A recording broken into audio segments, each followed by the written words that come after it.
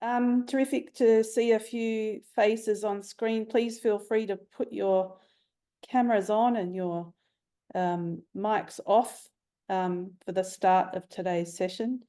I just want to say welcome and acknowledge that for those of us who are on the continent of Australia, wherever we are, was, is, always will be Aboriginal land.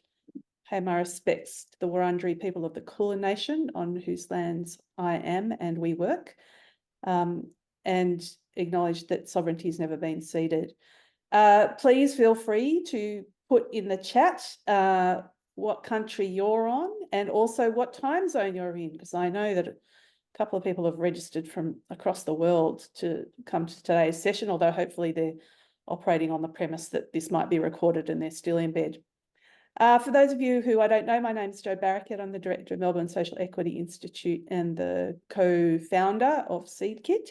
And we're really delighted to have you here today for what we're intending to be a relatively short partial tour of part of this platform, and also an opportunity for those of you who've started to use it to talk with our team and ask questions about how it works and things that you need to know.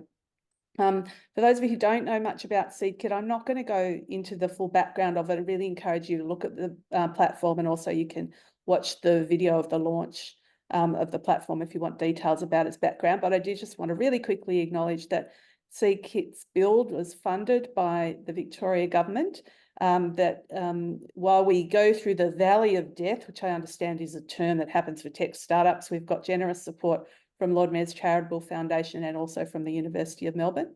And to acknowledge that Seedkit was co-designed with more than 30 Victorian-based social enterprises, and we're grateful for their contributions. I'm going to hand over now to Dr. Joanne Tien Khoo, who is our project manager and also has multiple roles. You'll see that members of our team are involved in multiple roles, including being video actors today. And so over to you, Joanne, to run the proceedings. Thank you, Jo. Hi, everyone. Very excited to see you here. I see some familiar faces. Hello there, and welcome our new users and the friends of Seedkit. So given the size of the group, we would really like you to keep your speakers mute, to keep the background noises at minimum. But as Jo mentioned, please, we would love to see your faces. Please keep your camera on if you can. And if you are experiencing any tech issues with the Zoom meeting, please reach out to our team in the chat, and we will do our best to assist you. Hopefully, we'll run this smoothly without any tech issues. So in the next 40 minutes, we made a short video for you to see Seedkit in action. So we would like to first show you that. And then we have time for Q&A to answer and discuss all the questions you have from using and interacting with Seedkit. So please put your questions in the chat, and Jo will moderate the questions and direct them to the right team members to answer at the Q&A. Finally, before we're wrapping up this session, we will give you a brief summary of site development updates since launch, and our chief technologist, colleague Warren Armstrong, he will talk you through that. And all right, so let's start. Carol, can you please prepare the video? Oops. Sorry, not yet. I'll just give you a bit of a background. Thanks, Carol. Warren and I created this short video to show an end-to-end experience using Seedkit. So in this video, Warren plays the role of a site manager of Social Florist, a social enterprise florist providing training and employment opportunities for people facing employment barriers. And I am the impact officer at Social Florist. Warren and I had a conversation after he came back from the recent community events where our social enterprise hosted at Carlton here. So, Carol, please play. Thank you. Hello, Joanne. Hello. How are you? Good, thank you. Yourself? Very good, very good. I've just got back from our pop-up down at the Carlton community gardens Hmm. in the public housing down in Carlton. If our organisation, the Social Florist, has had a pop-up down there since January. We've been holding a lot of events for the community down there, workshops, meetups, that sort of thing. Wonderful. And yes, we've got a lot of data, and it'd be good to get that up somewhere so we can generate some reports, because we're coming towards the end of the financial year, and we'll have to kind of notify funders of what actually happened. So, do you have anything you can help me with? Yes, certainly. I just recently registered with Seedkit. It's a platform specifically designed to support social enterprises like us to track data, measure, and communicate our impacts. So how about we give it a go? Sounds wonderful. You lead the way. Sure. So this is the homepage once we log in. As you can see, Seedkit offers a range of features, functionality, including this resource hub, which I found quite handy.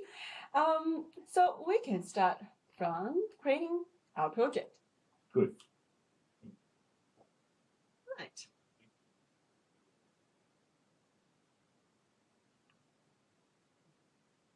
Garden flower project. Yeah. And the purpose? Well, the purpose was to give the trainees kind of a chance to show off some of their skills, to share skills with the community, and just in general connect with members of the community. Great. So sharing skills and connecting with community members. Wonderful. And the project period? Well, we were given 6 months, so and that started in January. So from the beginning of January to basically the end of June, end of the financial year. Okay, June it is.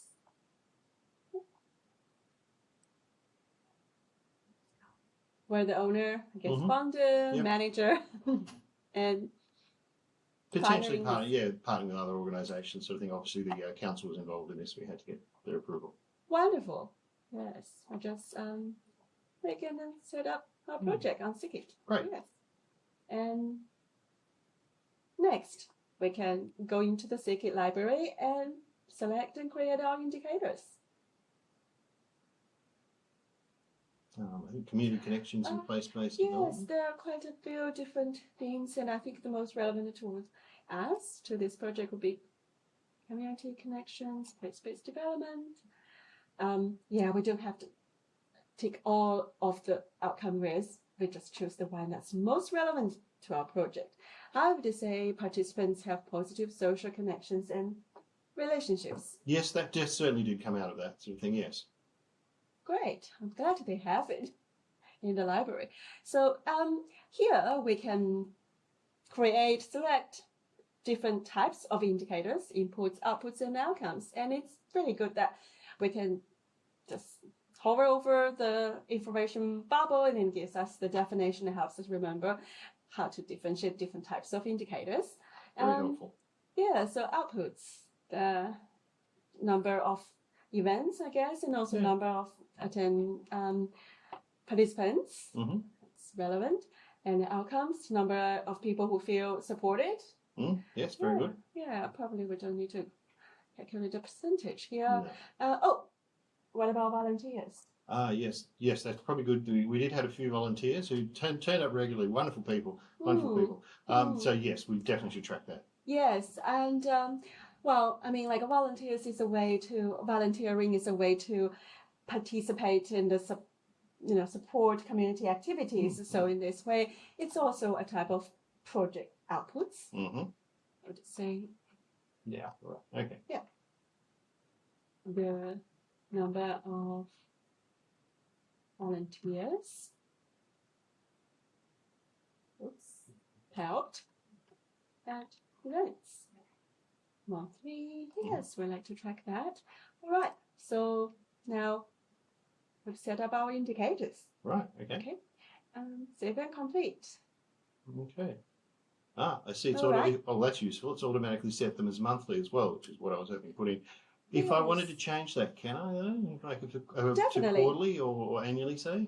Definitely. So what I would do, I'll show you that just in a second, but let me first tailor this Oh, you can tailor. to, yes, so the number of flower events delivered. Oh, Say, yeah. So yeah, data entry interval. So you can see we can enter data on monthly, weekly, quarterly, yearly basis. Yeah. Wow. So this is how you can tailor it. keep it monthly. All good. Number of volunteers, that one is good. Number of, yes, so we would like to just specify this as our community members who attended the events. Right, so same monthly basis. And of course, last one, we can adjust this as number of community members, because I do remember you have been collecting feedback from participants. So, Yes, we did. We got quite a lot of really good feedback actually. Like people actually filled out kind of like paper forms, but we also had like a QR code. So quite a lot of people actually went to it on their phones. Wonderful, yeah. So next we come to the data management space page. So this is where we punch in the data. Yeah, crunch the numbers. Yes, correct. You have your data with you? I do indeed. So how many months of data would like to? Let's put in Everything. let's put in all four sort of thing for the moment. From January to January April? to April. Yeah. Yes. It's half a month, but we might as well have a look at that as well. Sure. So what I would do is I'll put in all the month. I'll set up the month first, and then we can punch in the numbers. So February, March, and April. Yes, of course. So this is really quite easy to set up. Great. And then we can edit data all in one go. And of course, later on, we can set up template. You see here, I can download a template. We can upload the template, and then this way we don't have to manually enter the data. Right. So for now, let's start. January, number of events. Okay, we've got 7 of those on January. Okay. A lot of people away on holidays, so Yeah, sure. Yes. start off slow. 5 volunteers who helped out. Nice. 22 people turned up, even though there were only 7 events, and 19 of them replied to the surveys, and they were all very, very happy. They all felt like this is a great event, and they wanted to continue. Good start. Good. So as you see, we had 15 events in February. Yeah, cranked it up. 8 volunteers. 43 people turned up. Oh, And 40 of them felt that it was a positive experience, so got something useful. well done. Yeah. March, March. 17 events, same number of volunteers, 8. Yep. 57 people this time. Oh, wow. Word got around. Yes. 50 Yes. felt connected, or I got something positive out of it. Yeah. And put in half a month because I've got those. That's so right. Yep. so 10 events so far this month. Same number of volunteers. Yep. Great people. Always turn up to everything. 30 attendees. Yep. And everyone was happy. 30. Everyone felt connected. 30. Well done. All right. So this is our data. Great. Next, we'll go to dashboards. This is the fun part. I really love it. Create dashboards. So imagine dashboards are your reports. So can do very similar things as your, instead this is on the screen. Right. So we will create cotton.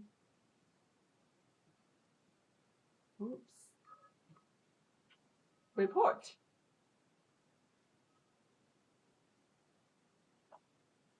Right. Yeah. Okay.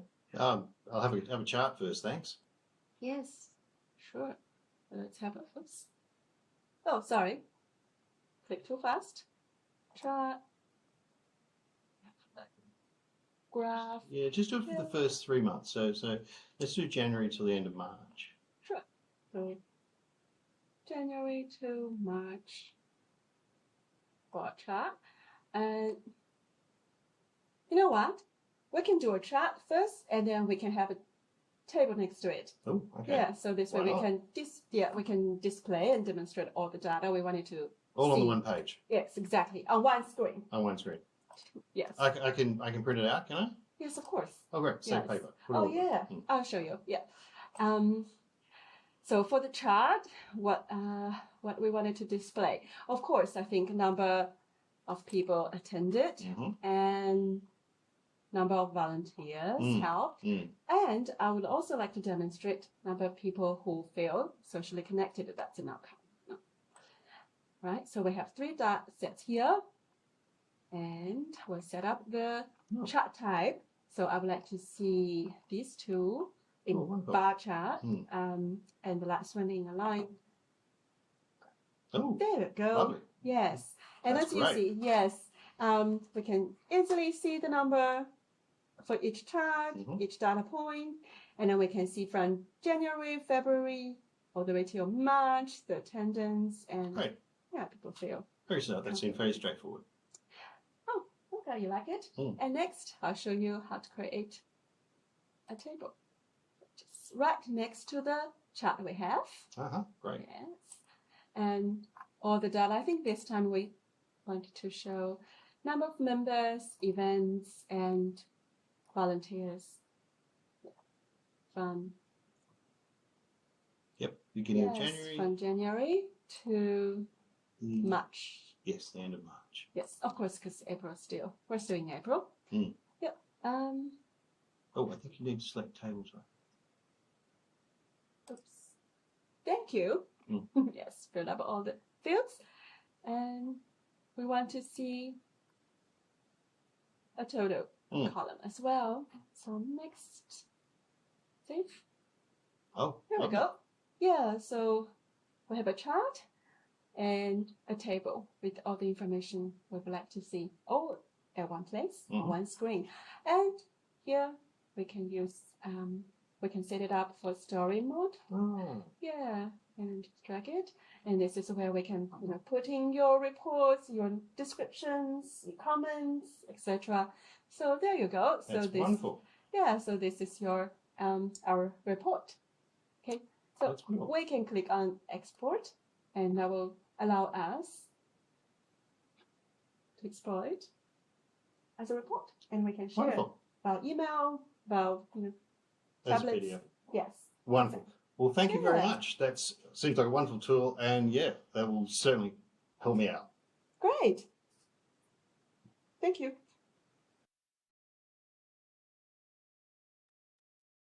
Joanne's in charge, but I just have to interject, and apologies, this is not really for our users, but our team, just to acknowledge that Joanne and Warren just sat through watching themselves act badly for 16 minutes, and I think that deserves a hand. Thanks. So we're doing Q&A now, Joanne? Yes. And I can see the questions are coming, and we might just get started. So the first question is around whether there's a capacity to bulk upload data. Yes. Sorry, I'm just pulling out the chat channel. Yes. So, yes, we definitely have that functionality. So I think it's in the data management page place. So just now you see, I think it's at the top right corner, and then we have a download template button and an upload template button. So once you have selected indicators and click that download template button, it will automatically generate a template with all your specific selected indicators, and then this help you to bulk input all the data, and then save that file and upload it back to Seedkit, and the system will automatically populate into the data management table, the one we showed you earlier. So this way you don't have to manually enter data row by row or column by column. Yes, so we definitely have that function. Can I jump in there, Joanne? Sure. So I will say there are limitations to this. Effectively, when it downloads a template, it's a spreadsheet and it's got a list of all of your indicators in there. So you're effectively filling in the spreadsheet. We're not at the point where we can actually pull in exports from other programs, but that is kind of on the roadmap in the future. future. But yeah. Thank you, Warren. I'm conscious we've got colleagues in the same building, so there's a bit of echo and things going on. Joanne, you might want to mute when Warren's speaking just to see if that helps. So another question from Anas, is the story mode just an open comment box? No, it's more than that. Over to you, Joanne. Yes, so the story mode is actually where we put the narratives. So you can put your descriptions, narratives. So just imagine you're in your Word document. So you can even insert hyperlinks to that will open up new windows as people read your report or dashboard. And also it will allow users to edit the font, add bullet points or dot points. So heaps of things you can do. So it's a rich text, Warren, correct me if I'm using the wrong term. So it's a rich text editor. Yeah.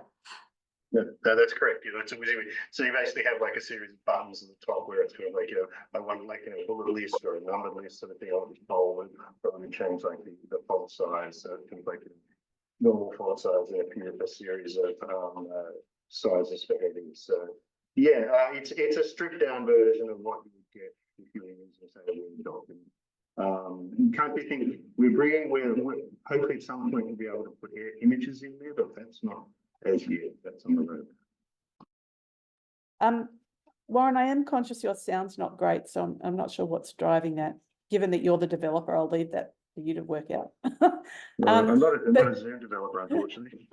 But just flag that for colleagues who are asking questions that to that comment, what we've tried to build with Seedkit within the budget and the time available is what we're describing as minimum lovable product.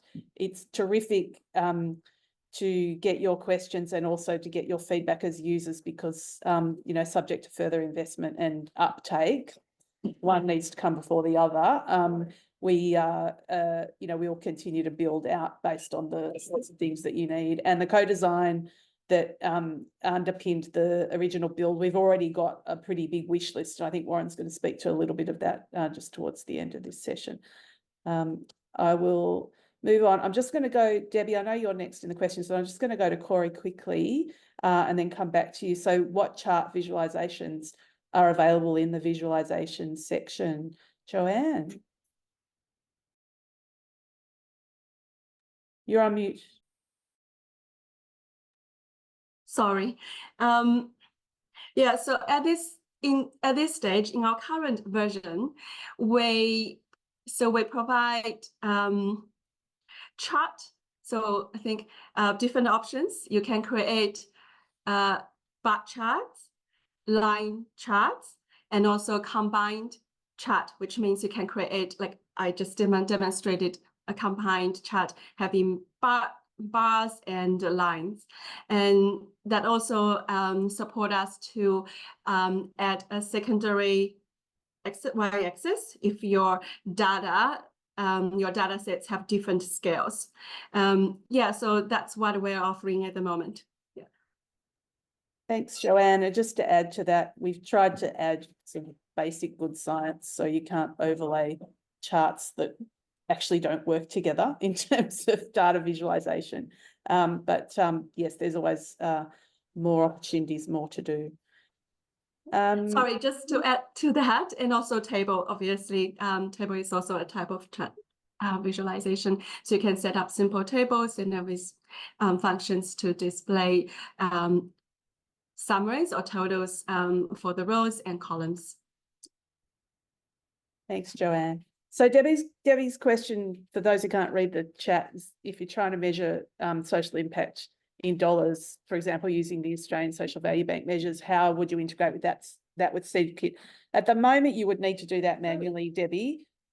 Sorry, I've just got people in my house who are talking.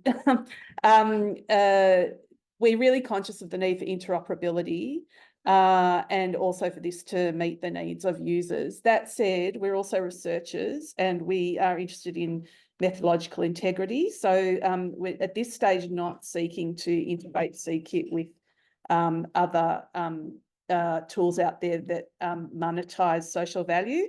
To be perfectly frank with you, I'm not convinced that that's good practice at this stage. This is not at all a comment on the social value bank itself. It's simply my my position as a social scientist, and some of the huge challenges around monetizing social value. So it's not on the list of things to do at this stage, but the broader issue of interoperability and integration between things that people are already using, both in terms of your outcomes measurement, but also your general information and management systems. We're super alert to the importance of doing that. To Peter, I'm sorry, I'm answering questions myself now. So your question is about how often do registered social enterprises have to update their information? That's up to them. So, you know, we really want this tool to be used by people in the way that they want to use it. The only research implication is that at the back end, with user permission, the researchers can aggregate in anonymous form the information that Seedkit users have put in it, but we really want it to be useful to social enterprises. So for example, you may have a board that meets every 6 weeks, and that might be a, you know, a reporting term that you want to use. And as you would have seen in the video, you can actually set up the types of terms that you know, the points at which and pace at which you put in data, and also the way in which it's reported. So that's really meant to provide flexibility. In your second question, have you thought about Indigenous businesses and social enterprises specific outputs and outcomes? Yes, you'll see in the indicators library that we have sought to do that. The other thing though, we're super conscious that there's huge diversity in the field of social enterprise alone. If you broaden that out to the wider social economy, the diversity becomes major. And so the indicators are tailorable, which we just saw in the video, and you can also create indicators. So we're really conscious that, you know, as a group of researchers, despite the fact that we've done this in a good co-design way, it's only involved 35 social enterprises, and there's at least 15,000 of them. So we've tried to make the technology flexible for others to start to introduce the kinds of indicators that they want to put in. I will now stop talking. Mari, is it possible to show us a presentation of information submitted through the comments area? I'm not sure you, do you mean in the comments area of this Zoom talk? If yes, probably not. I'm not sure. You might want to clarify. Feel free to put your mic on. Hi, Joe. Sorry. I wondered whether on how the information in that story area is presented. Is it purely presented in graph, table, etc., or does can it be submitted in prepared in some other way that is incorporated with the tables? Or Yeah, Warren, do you want to answer that? Thank you. Right, and then that the story field effectively is like, you know, it's a text field, sort of, it's a text area where you can add any kind of, like, you know, text you might want. So if you wanted to have, like, you know, on one page sort of thing, and these things can either be printed, they can print out either as kind of each one of those the dashboard pages is a single landscape page, or you can combine two into two pages into an A4 portrait. But that's really just there. You can basically any text you wanted to put there. So you basically you can have a graph above it, and underneath there's, or to one side, and underneath there's a description that goes with it. Or you can have a whole page that's just for, like, you have pages of graph, there's a page full description, that sort of thing. So you can effectively use it as a tool to create a multi-page report that has kind of graphs and also kind of text in there. Thanks, so does that Warren. answer your question? Yes, thank you. Many thanks. No problem. And it does go to the minimum lovable product comment again. We're conscious this is attracting a huge amount of interest, and we really, really want it to work well for everyone who uses it. Things will be enhanced and increased if and as both the take up and the investment for Seedkit is there. I, for one, am really interested in making sure that the outputs are flexible, so that once they come out the other end, they can actually be used in multiple ways, depending what programs you're exporting them and then using them in. so that there's flexibility, because of course there's some things that Seedkit is doing at this stage. One of the things that is very minimum lovable product is the visualization of graphs, which I know is something really bugging Joanne. So at the moment, think about it as the Microsoft version rather than the Power BI version, just to for those of you who know those programs. And you know, we're really conscious that at this stage, what you output may not, from a design perspective, be exactly how you need it to look, and it needs to have sufficient flexibility to do that additional design work. Sorry, I'm multitasking, which one should never do. And you've got another question there about, is there a notification system attached to data entry levels? I'm handing straight over to the wonks on this one because I do not know. Joanne or Warren, can you answer that, please? At the moment, no. Yeah, but it is on our list of to do or wish to do.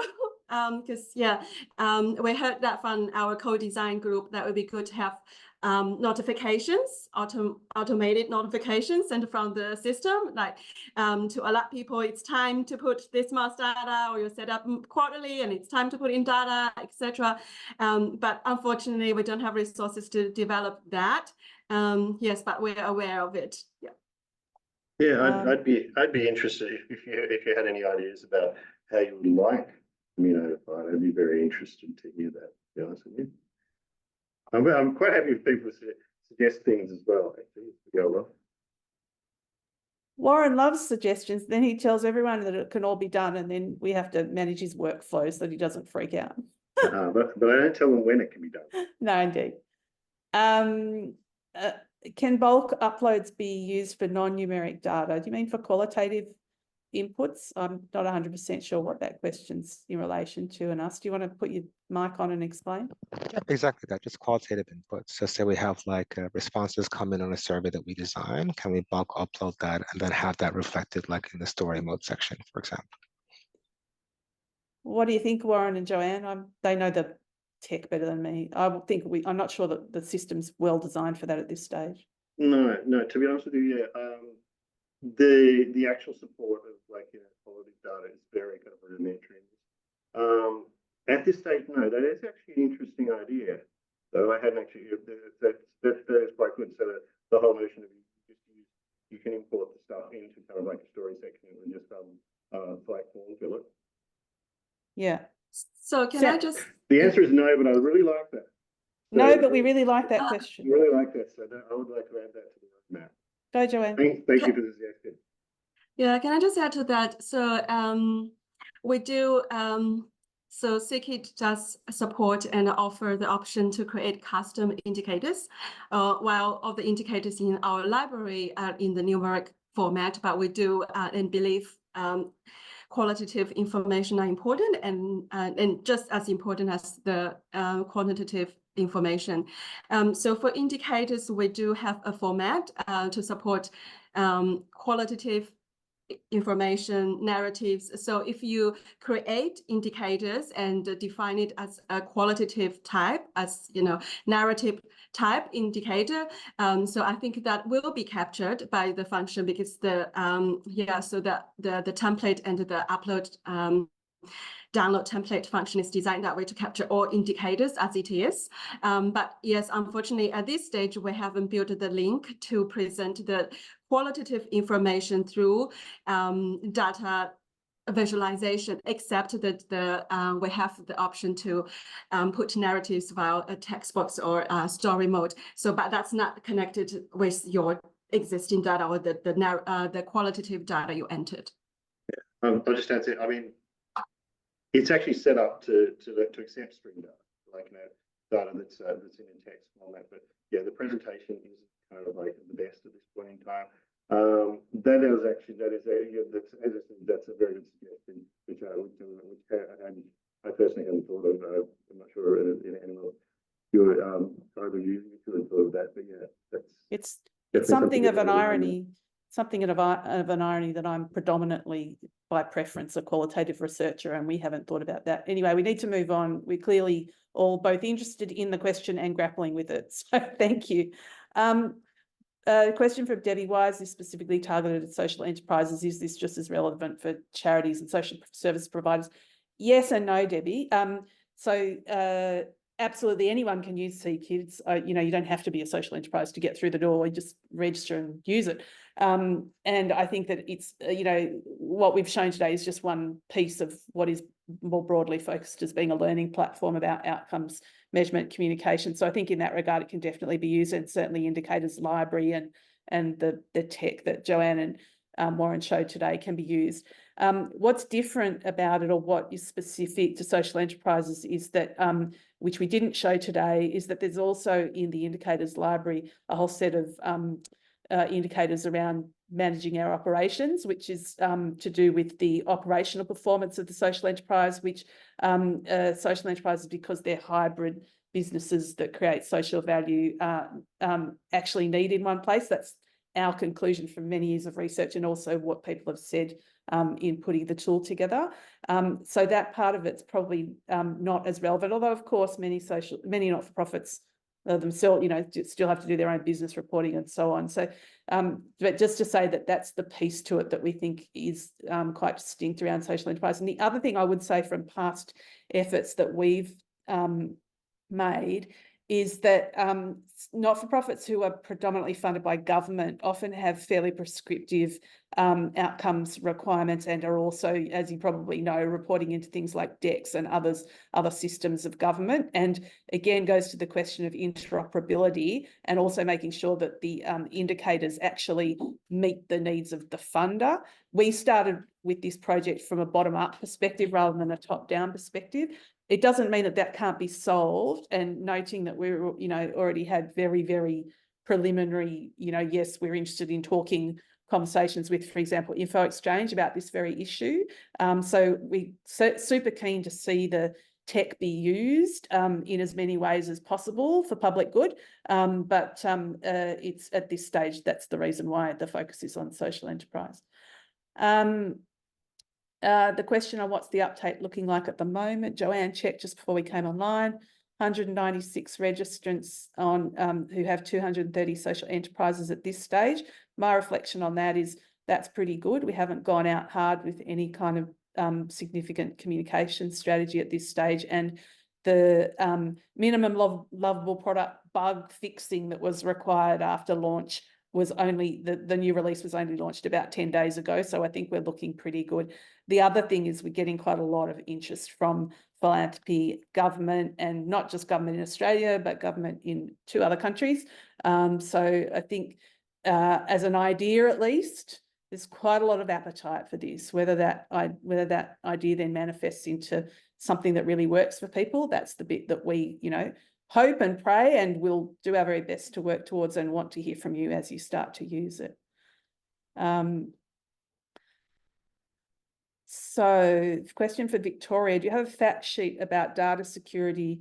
Oh, okay, on in relation to data sovereignty and integrity. Victoria, this is a question I'm really concerned about. The current setup of Seedkit is the data belongs to the user, and they can withdraw it at any time.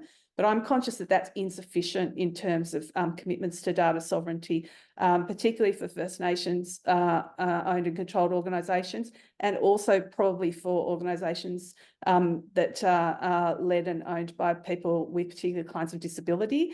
It's something that we need to work on. If you've got any concerns about using it, you want to have a offline conversation with us about it in the first instance, let us know, because we haven't solved that for everyone yet, but we're really conscious about making sure that the terms of data use and who's allowed to look at it meet the needs of the users while we work out this problem, because I want to get that right.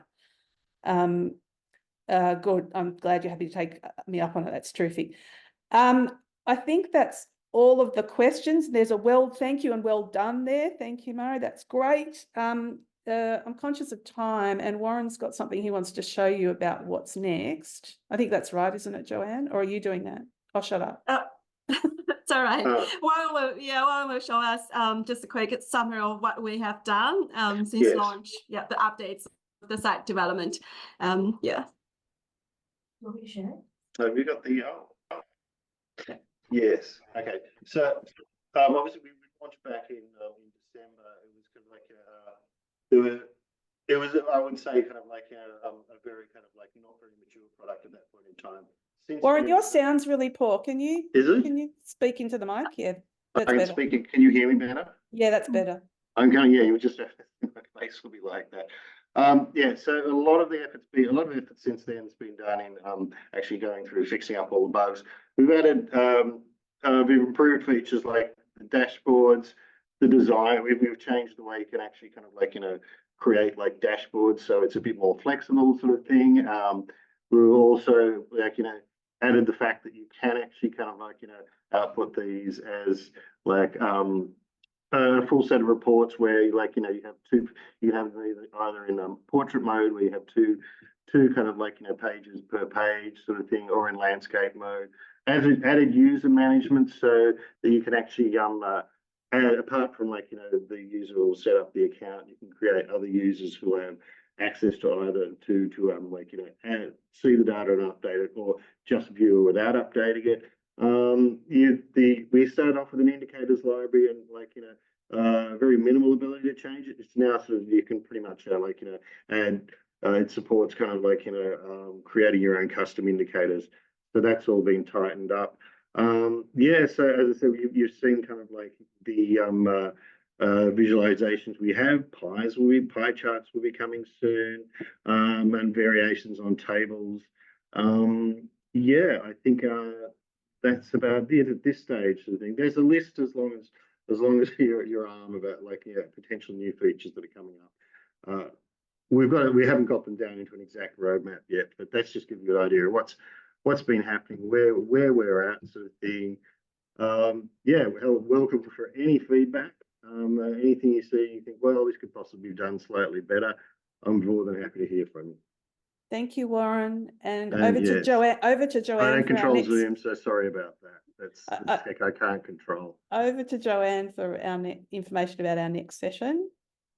Yeah, thanks, Joe. Our next session invite just been sent, and in the registration link is also available on our site. It's in a post on the resource hub. Yeah, so great to see everyone here, and we would love you to come to our next session. It's about we're going to talk about theory of change, especially to support those new to the practice and concept, and also we would like to talk about how Seek could help you or your organization in building or integration your theory of change with Seedkit. Yes, yeah, the registration opens now. Thank you everyone for coming. I'm not sure if I'm meant to be ending it or Joanne is. I've naturally taken over as the boss, which is poor practice of me. But thanks for turning up. Just to flag, we really love to hear from you. We are working on a bit of a skeleton team. A platform of this nature should have about 5 people working on it. At the moment, we've got 1 3/4. So if you can message us, but please be a bit patient with us. We'll do our very best to get back to you and respond to your queries.